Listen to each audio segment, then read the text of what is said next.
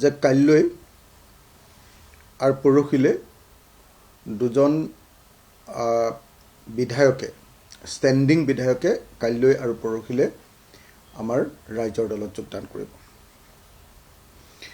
দুইজন বিধায়কে কংগ্ৰেছ দলৰ হয় আৰু দুইজন বিধায়কে অসম বিধানসভাৰ জ্যেষ্ঠ বিধায়ক, 3 বাৰৰ বিধায়ক।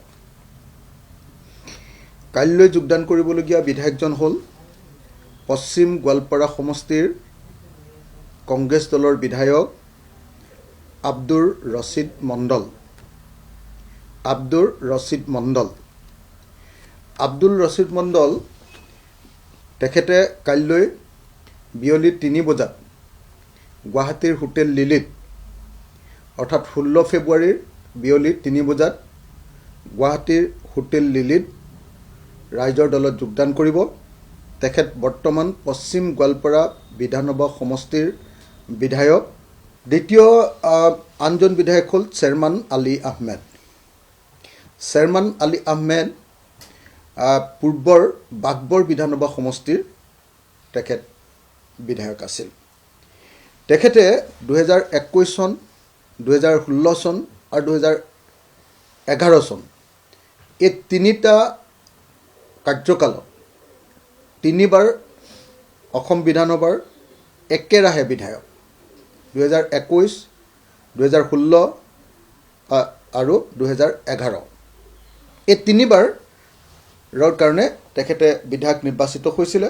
চেয়াৰমান আলী ডাঙৰীয়া বাঘবৰৰ 3 বাৰৰ একেৰাহে 3 বাৰৰ বিধায়ক।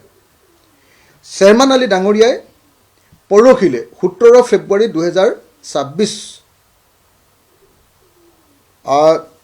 কলগাছিয়াৰ বামুণতাৰী অঞ্চলত, কলগাছিয়াৰ বামুণতাৰী, নামনি অসমৰ এখন বিখ্যাত ঠাই কলগাছিয়া, সেই কলগাছিয়াৰ বামুণতাৰীত বিয়লি 3 বজাত 17 ফেব্ৰুৱাৰী 2026 আমাৰ ৰাইজৰ দলত যোগদান কৰিব।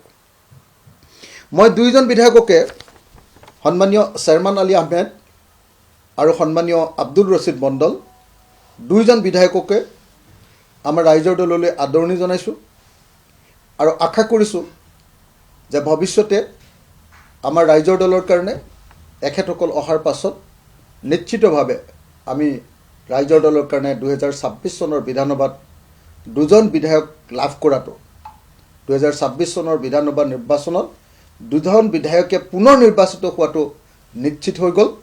গতিকে চেয়াৰমান আলী ডাঙৰীয়া আৰু আব্দুৰ ৰছিদ মণ্ডল এই দুইজন বিধায়ক, এজন চেয়াৰমান আলী ডাঙৰীয়া বিধায়ক বাঘবৰ আৰু আব্দুৰ ৰছিদ মণ্ডল বিধায়ক পশ্চিম গোৱালপাৰা, দুইজনকে ৰাইজৰ দললৈ আদৰণি জনাইছোঁ। কাইলৈ বিয়লি 3 বজাত হোটেল লিলিত আব্দুৰ ৰছিদ মণ্ডলে যোগদান কৰিব।